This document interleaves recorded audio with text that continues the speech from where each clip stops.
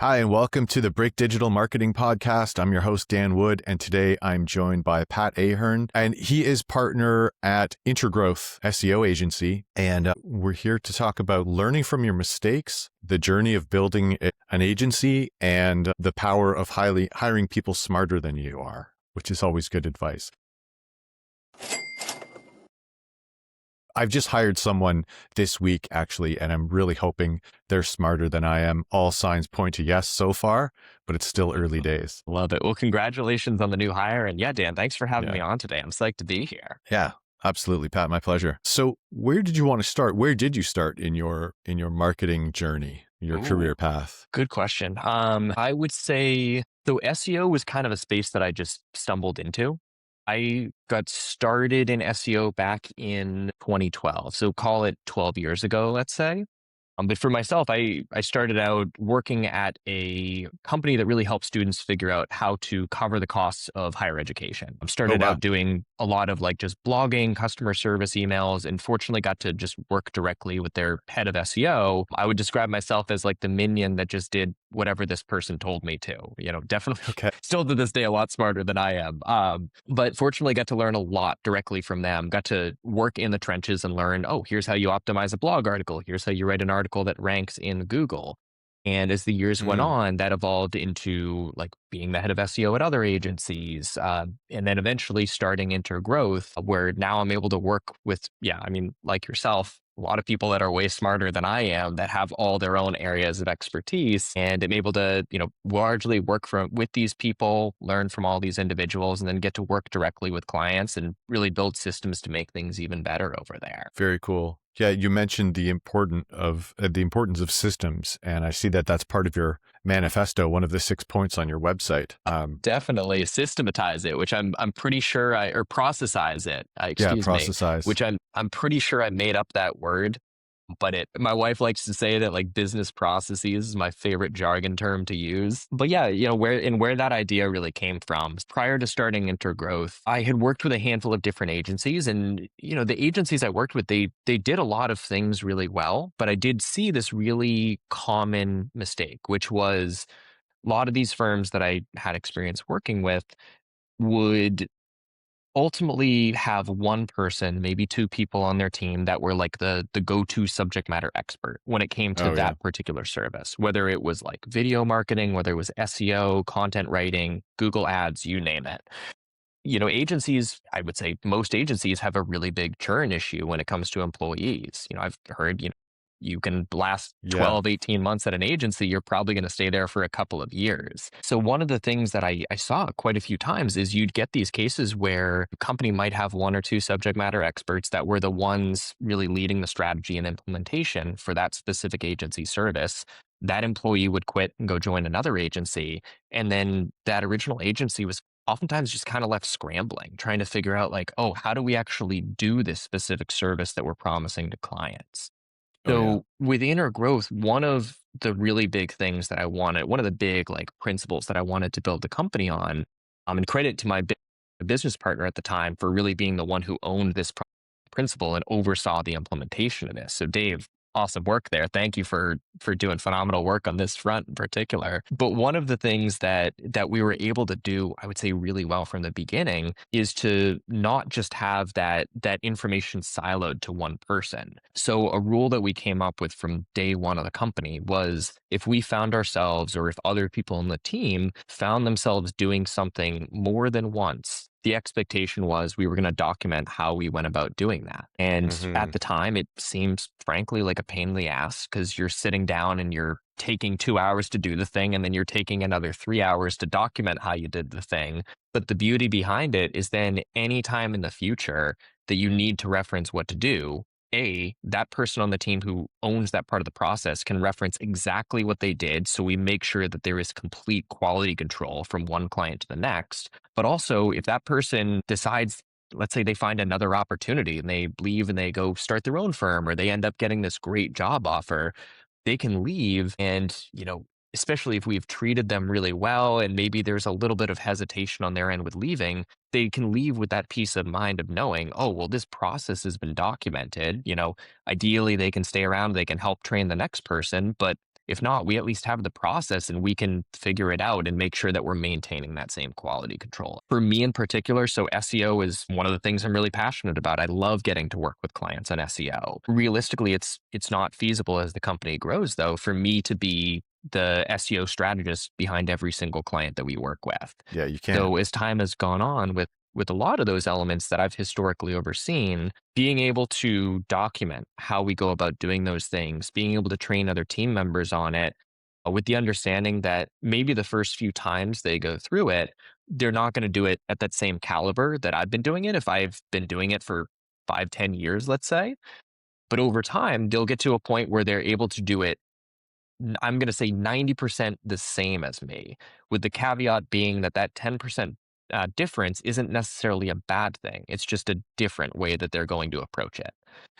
Having that process documented, having that formalization of how we do everything for quality control helps me personally to step away from feeling like I need to be the one doing these things, because I know everything's documented and I know that the team can be trusted because I can see their quality of work and I can see that they have that baseline document to help them to succeed and crush it with clients. Very cool. Yeah, that's been my mantra lately is don't just do the work, write the process.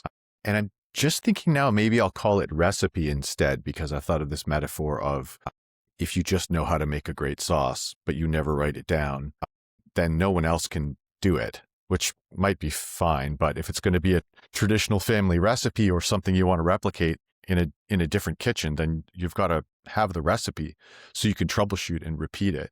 And maybe that's a little bit more aligned with what I'm trying to do than to call it an SOP or standard operating procedure, which is like military term that sort of is the rule for how to do it. Whereas we're here trying to get results. And so if someone can come along who's smarter than me and analyze my recipe and come up with a better ingredient or more efficient process, then I want to be open to that. So yeah, Love maybe that. it's recipes then. That'll be, I won't process size it, but I'll just, we'll make recipes. So I'm not Well, stealing your term. Then you can still rank for that one. There we go. Beautiful.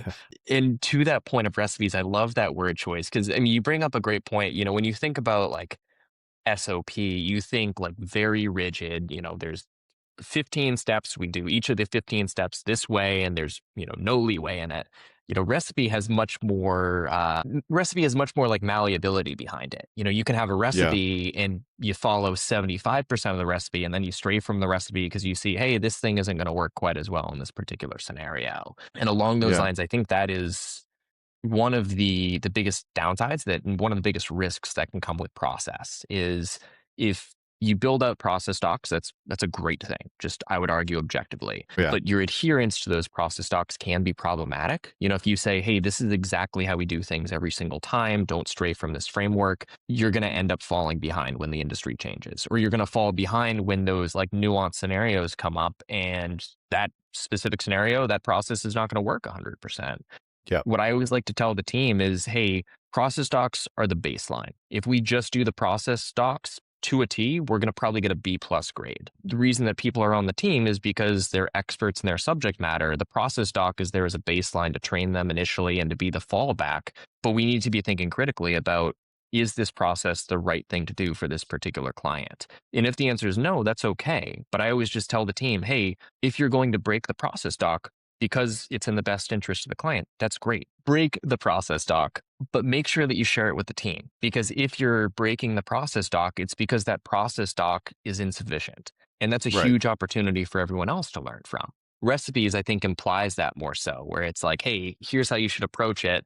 But if you're anything like my wife, like, she only loosely follows recipes, and she's a way better chef than I am because she only loosely follows recipes. She uses it as her starting point and then adds her creative freedom and makes an amazing meal every time. Yeah, if the recipe is to come up with a pizza that has a crisp but light and airy crust, you have to bake it a little bit differently if you're in Florida or in the Midwest, because your water balance is going to be different based on humidity. So you have to salt to taste, adjust for the client's results. And the other thing is everything's changing all the time. Absolutely. It was probably 15 years ago that I heard, or I'm going to paraphrase a quote, and it was probably already true for 15 years and still true today, that by the time you read something about SEO, it's already outdated. There's already been an update.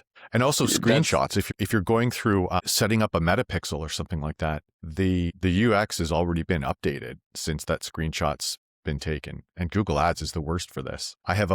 There's a Murphy's Law of Google Ads that when you are presenting something to a client or your boss, they will have just changed the interface. Absolutely. So you're hunting around for a button that you know was there yesterday because you've been using it, but they moved it. Oh, it's so true. And for a long time, we had all these like walkthrough videos for all these different, what I would refer to as like, if you're someone who works in the space, really straightforward account setups, like how to find your meta ads pixel, how to set up like how to provide access to Google Ads, how to provide access to Google Analytics, Search Console, you name it. And what we've found over time, we still have like the GA4 walkthrough video that we'll share with clients very regularly. Yeah.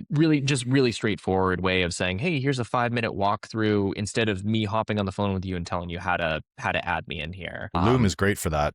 It's amazing. Yeah. And to any listeners that haven't signed up for Loom or any other competing, video platform, it saves me countless hours of A, time, B, process documentation, C, just makes life far easier for clients and team members.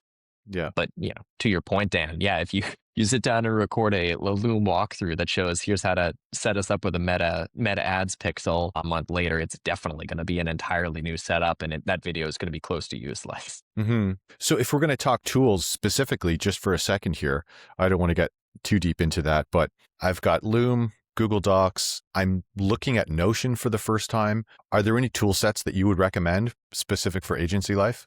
Great question. I would say my answer would vary a little bit depending on the size of the agency. I highly recommend Notion. It's something that we started using it in a very haphazard way, probably in like 2020, maybe 2021. And we found a lot of success with Notion because for a long time, we just had a ton of documents and like miscellaneous resources in Google Drive. And it was convenient for me because I had a general sense of where everything lived. But if we brought a new person onto the team, like there was no sort of method to the madness of where things lived. I just happened to know where they lived because I had put a lot of the things there, or I had seen people put things there. And it was like this awkward phase of trying to like educate people on like, oh, well, this thing is in this place because of this reason, and this thing's the exception, we have it in this place. And eventually someone on our team had come up with the idea of like, hey, we really should probably have a better database for this. I believe a former hire on the team, Estelle, who is the one I'll credit with this one, but she pointed out the fact that like, hey, we have all this information, but we don't have a convenient way of sharing knowledge, I think is the term that she used for it. And Notion has been integral for that, largely because you can add a specific element or a specific file, you name it, into one section of Notion, and then you can tag it in all sorts of other places on Notion. So you don't need to think as strategically about like, what is the source that we need to put this asset in? But instead you can say, hey, let's put this asset just in this random place, and then let's tag this source in 10 different locations for all 10 places that it might be useful. So Notion has been a game changer for that. For, I would say, agencies that are maybe, like I can speak most intelligently to agencies that have, let's say, less than 50 people. Our team has like 35 right now. I think we peaked at about 50 people on the team between full-time employees and contractors. For us, probably one of the things that we're not doing extremely well is we have a lot of different tools that I would describe as having been super glued together over the years, and so that they like interact nicely. A lot of that happens through like no code automation tools. Zapier is I would say like the household name that everyone knows. We use a tool called Make, formerly Integromat, that is it's coincidentally the tool that we've worked with, and I love it. I would say some of the other tools that have been super helpful for us, though, we've built out this really efficient system for automating a lot of project management and giving us more visibility into the status of different tasks by integrating Airtable and our project management tool, Teamwork, using that Make no-code automation tool to integrate the two of them. Okay. That has been really effective for us to build out, because now we can look in Airtable, we can see the status of every single client deliverable at any given time. We can see the date the task was last updated. We can look at it on a client specific level and see, hey, this one client, we're writing 6 articles for the month of October. We are currently on track with all 6 of those articles, or maybe we see, hey, we're on track with 4 of the 6, the other 2 we're behind on, and the project manager on our team can then reach out to the people responsible for that task, get a check-in, and ultimately make sure that we keep things on track. Few of the other tools that have been super helpful for us, and I'll try to just stick to like agency operations without getting into like the SEO side. We Right. use Slack and email mixture for just day-to-day communications amongst our team. With some clients, more so like enterprise tier clients, we'll set up a Slack Connect system, which can be great for real-time communications. I'd encourage any agency owners considering Slack Connect to think of the pros and cons. Pro being way better customer service, way more responsive to clients. Downside being it's going to be tougher for subject matter experts on your team to do deep work because it's easier for them to get interrupted with these micro distractions or Yeah. just micro check-ins from clients, let's say. So I have very mixed feelings on it, but I know it can be really beneficial for clients. Trying to think of a couple other tools that we've found to be really helpful. We use HubSpot CRM, which is phenomenal. It's the capabilities, even for the free tool, blows me away. It's, in my opinion, incredible how much free value they give away within that. Other tools that we have in here, though. Well, Dan, let me throw the question back to you. I'll try and think of some other ideas. What other tools do you guys use? Oh boy.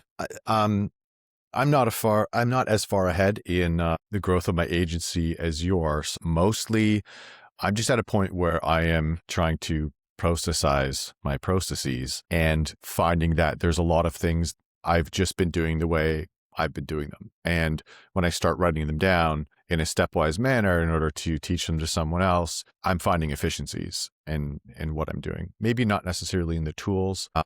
Mostly, honestly, I've got Google Docs. I use Google Looker Studio for a lot of client reporting. My email inbox probably needs to be sorted much more efficiently. And FreshBooks is my time tracking and accounting tool. But across, the history of clients and the agency I used to manage 10 years ago, I've used probably every project management tool, Basecamp, Reich, too many to list. Too many painful memories, mostly of switching. We switched project management tools midstream and then switched back again a month later. Just, yeah. But it's hard to know when to implement a lot of heavy process when it is just a small team. If you just have 3 people and everyone knows where everything is, then it doesn't seem like it's worth it to build those processes until when person number 6 comes along and now you're in Google Drive or Google Docs trying to figure out which folders to give access to. And every day it's like, I need access to that one Instagram account. So, login docs and things. I'd have to say the more we stored login info in Google Sheets and shared that around, the less secure things got. But that was, there wasn't a lot of FA 10 years ago. Now it's hard to log into anything without it texting someone's phone. And then you're going back to the client or organization wide. Does anyone have a phone number that ends in 93? They should have received a text message from Google Ads. So many mixed feelings about 2FA. To your point, so much more secure. But yeah, when you have to email a client or like a whole group of clients and say, hey, which person on your team has this phone number? Can someone figure it out and get this code from them? Along those lines, I'll give one other tool recommendation along those lines. We started using 1Password maybe in 2020, 2021. Okay. There are a lot of password managers out there.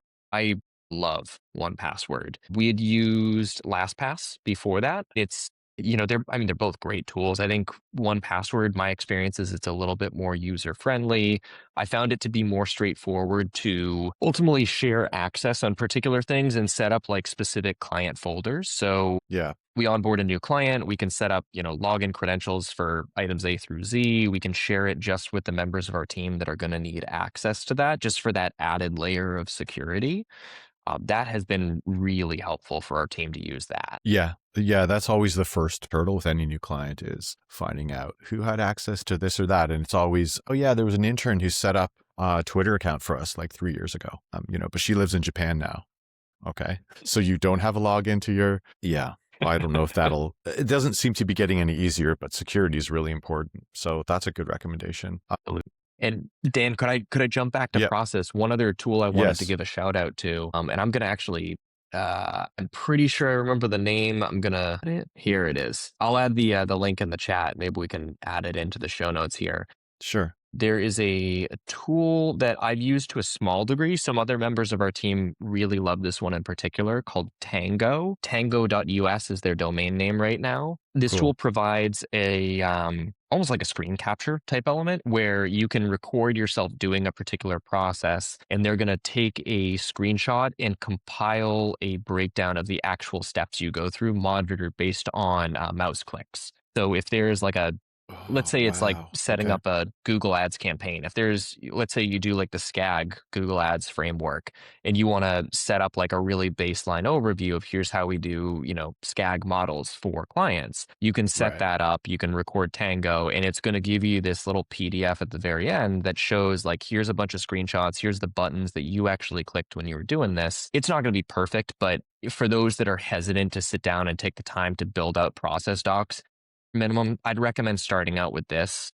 Very It's cool. been really helpful for quite a few members of our team. I've tested it. It's great. Other members of our team like it a lot more than I do, but I'm also like an old man when it comes to tools, and I'd prefer to like write this stuff out by hand half the time. Right on. That's cool. Yeah, AI's got to get into that for sure. It doesn't really make sense to be writing anything anymore with dictation and transcription and meeting note takers and that kind of thing. It's really cool. It's amazing how fast that stuff has changed, and it makes me wonder where we're going to be in like 2 years or even 5 or 10. It's crazy to think about.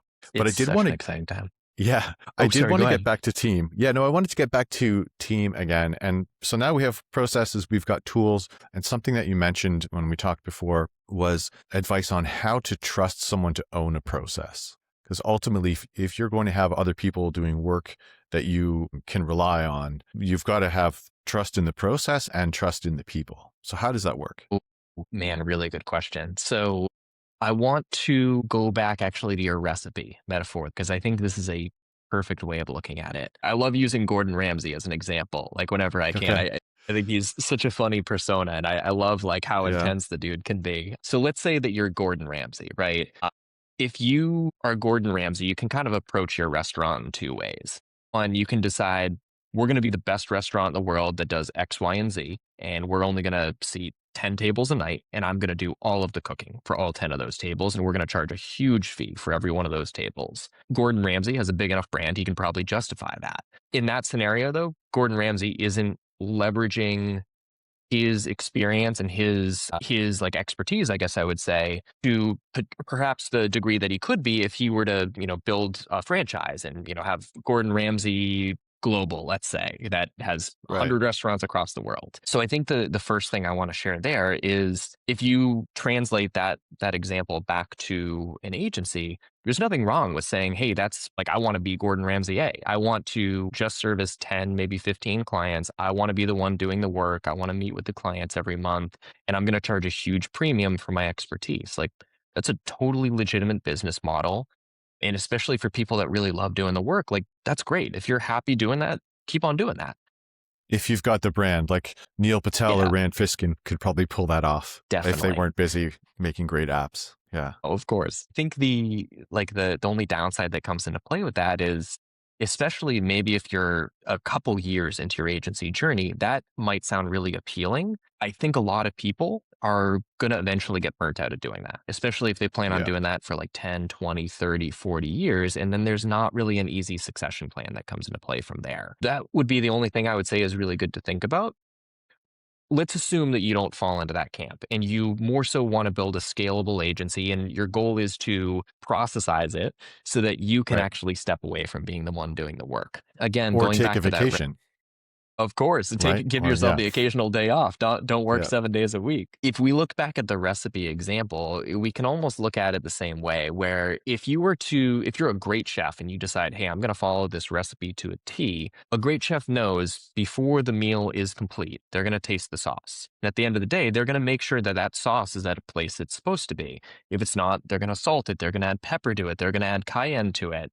They're going to add all of the elements that their tongue instinctively tells them this food is missing. And it's really hard to be able to taste a sauce and know exactly what it is that's missing. I frankly am really bad at it. Fortunately, my wife is great at it. So if we cook a meal together, I'm always trying to learn from her because she's insanely good at it. I don't know how she does it. But when it comes to your specific area of expertise, my recommendation would be always taste the sauce before you serve it.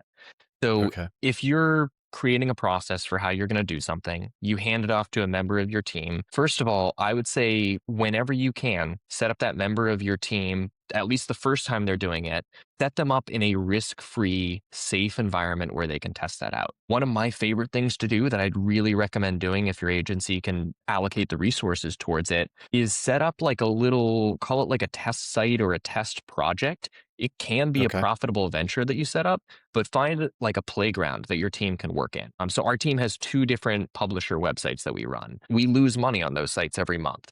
I think cumulatively they generate $100 in revenue every month, and we probably spend $200 on these sites every single month. But these provide this incredible testing ground where if we're onboarding a new writer, we can have their first 1 or 2 articles be for this particular site. And we can see, how do these articles pan out? Do they take all these different factors into consideration? If we onboard a new strategist for the team, I can play the role of pain in the ass client, and I can say, hey, your first client that you're going to work with is going to be working on this particular site. I'm the client. I'm going to be as difficult as I can be. I'm going to try and hit you with every challenging question that I've ever gotten from clients over the years. And you're going to just kind of have to figure out how to answer to me. And you can pause at any time. You can ask me follow-up questions. You can ask, how did I do with this particular response? But you have to at least try. Like, you have to give it a shot and see how things pan out. And I'll give you feedback as we're going through it, and you're going to learn a ton through this experience. It's going to be the worst reporting call you ever take. So if you can find a way to build out a similar model to that, if you're an e-com agency, set up your own like small e-com store and maybe even do drop shipping if you're interested in it. If you're a web dev firm, have a specific site design and have, any new dev that you onboard build out that site in like whichever CMS you're most comfortable working in. Anything like that allows your team and allows you to earn the trust of your team, or your team to earn your trust, let's say, through a risk-free environment is going to be a game changer. But at the end of the day, what I find to be most effective is, even after you get beyond that test project, always be the one who's testing the sauce. Always be the one who, if another member of your team is overseeing that strategic component, make sure that either you or someone that you deeply trust to oversee the quality of your team's services is reviewing that work, is QAing that final 5-10%,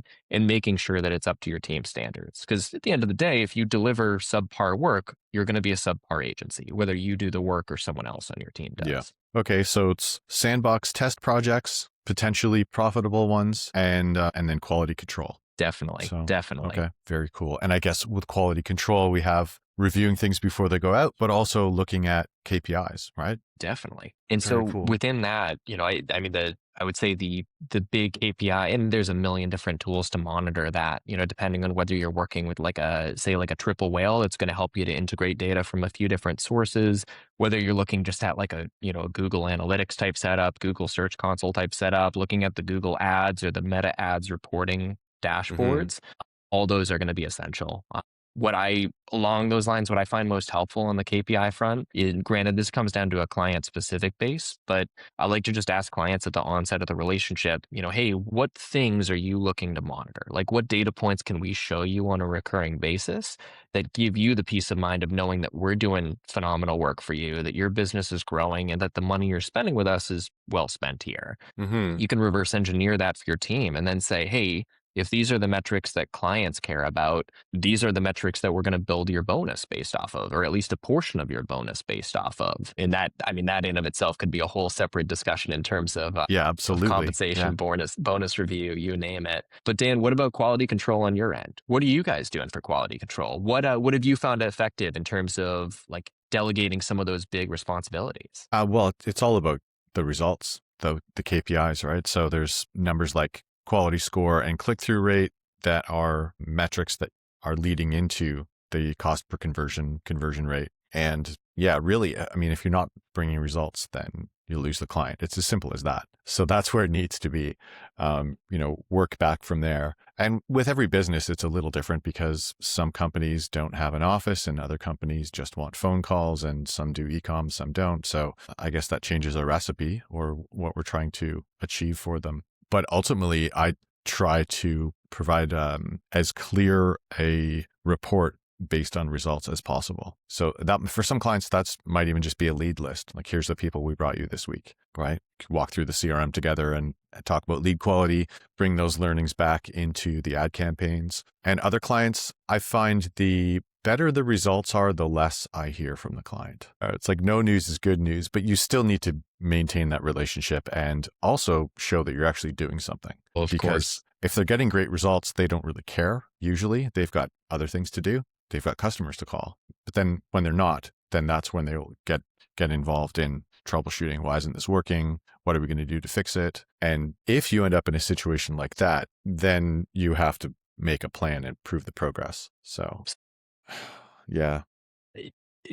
That's one of those items that, like, when a client goes dark, that I would say it's oftentimes a challenge figuring out what is strategically the right way that we're going to approach it. Because to your Yeah. point, I would say 9 times out of 10, if a client goes dark on us for a month, 2 months, 3 months, it's because we're crushing it and they're just really happy and they're kind of thinking Mhm. like, hey, this part of the business is covered. I don't need to think about it. I don't need to look at this for the next 90 days. Like, we're good. I can spend my time elsewhere. The challenge then becomes, like, if in many of those cases, if that client, let's say goes 90 days without touching base with you, and then other areas of the business start to suffer, even if it's outside of your realm, they're much more likely to come back and then say, okay, I need to audit everything that I'm doing. And then from there, you haven't talked to them in 90 days. It's all of a sudden you're almost like, I've run into this scenario before. You find yourself in just this difficult place where Yeah. they haven't heard anything from you in 90 days because you haven't been able to get a hold of them in 90 days. If they're looking to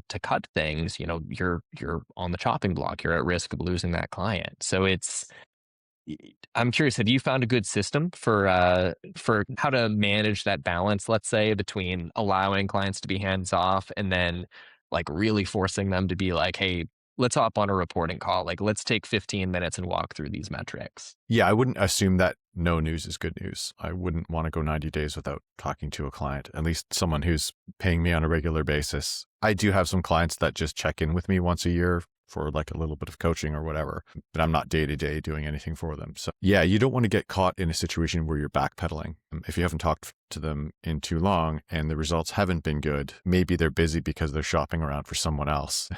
We always have to answer the question, what have you done for me lately? And I actually just took over a client from another agency that they were really upset. They hadn't had a lead in 8 months. And the first thing I did was go into their Google local account and pull the list of leads there and then send to them to compare with their CRM. And they just weren't getting the leads. So nobody at that agency had checked in with them enough just to troubleshoot. Are you still getting the notifications? Are we still using the right phone number? It was a really simple thing, but they couldn't even get that level of service from the agency. And they were just so upset with not getting results for so long that they were shopping around. So the only time they reached back was to essentially cancel the contract. And by then, like, it's really hard for the agency to, well, what are they going to promise at that point? We'll put you with a different account manager. We'll increase you to a higher tier of service. They could have probably rescued the client, but it obviously wasn't worth their time. So you don't want to be that guy, I don't think. I can't recommend highly enough. Do everything possible to hop on the phone with clients at least once a month. Our normal cadence is every client, we do a monthly consultation call, keep them informed. Again, even if they're super happy, keep them informed on what's going on. Where we can sometimes face challenges with that is if we'll reach out to clients and they'll just go totally dark on us for that 90-day window. But yeah, to your point, like, if you're not at least actively trying to get in touch with your clients on a regular basis, then you're definitely at risk. Don't wait for clients to reach out to you to get something scheduled. Yeah, I've started keeping documents for some clients, just a live Google Doc that when I'm optimizing accounts or making changes, I'll just put my notes there and then they have that link. They can check it real time. It's not ideal for everybody, but for some clients, that's just been the best way to communicate, what's been happening lately, when we're going to check something that we've created. Yeah. It's probably Like it probably belongs in Notion with notifications and something more sophisticated, but it was just a very quick way to have that like a real-time log of what we're doing. So they know that we're not just taking their money and laughing at the bank, because there really is work to be done. Definitely. Yeah. That's a brilliant idea. I love that. Well, I wonder, so we've listed off a whole bunch of great tools. One more link to add to the call notes would be where someone could find you if they are looking for some help with their SEO or have any other questions or want to book you for their podcast. I'd like to have you again, probably back, because I have notes here. There's way more things that I'd love to learn from you. So where would people find you? Definitely. And yeah, I'd love to come back on. I think even speaking to like hiring the right people would be a great topic we can dive into. Yeah. I've done a really poor job of hiring a lot of times. Okay. Just hired the wrong people for the right roles or the right people for the wrong roles. Would love to talk through just some of the things I've learned there. But absolutely. Once again, I'm Pat Ahern over at Intergrowth. Best way to get in touch with me, either you can go to our website, intergrowth.com, just fill out the form on our site. Would love to get in touch just via that way. You can also just email me directly, pat@intergrowth.com. Would love to see how I can help you out, whether it's just chatting with other agency owners, whether it is talking about maybe how we can partner together, helping some of your clients with SEO, or whether it's just reaching out to us and sharing services that you provide. We work with a lot of different agencies. We're always looking to build new partnerships. Yeah, always just eager to talk to other agency owners. And yeah, always love going on podcasts whenever I can. This has been an amazing conversation. And yeah, Dan, again, thank you for having me on today. Thanks, Pat. My pleasure. I really appreciate it. Until the next time, take care.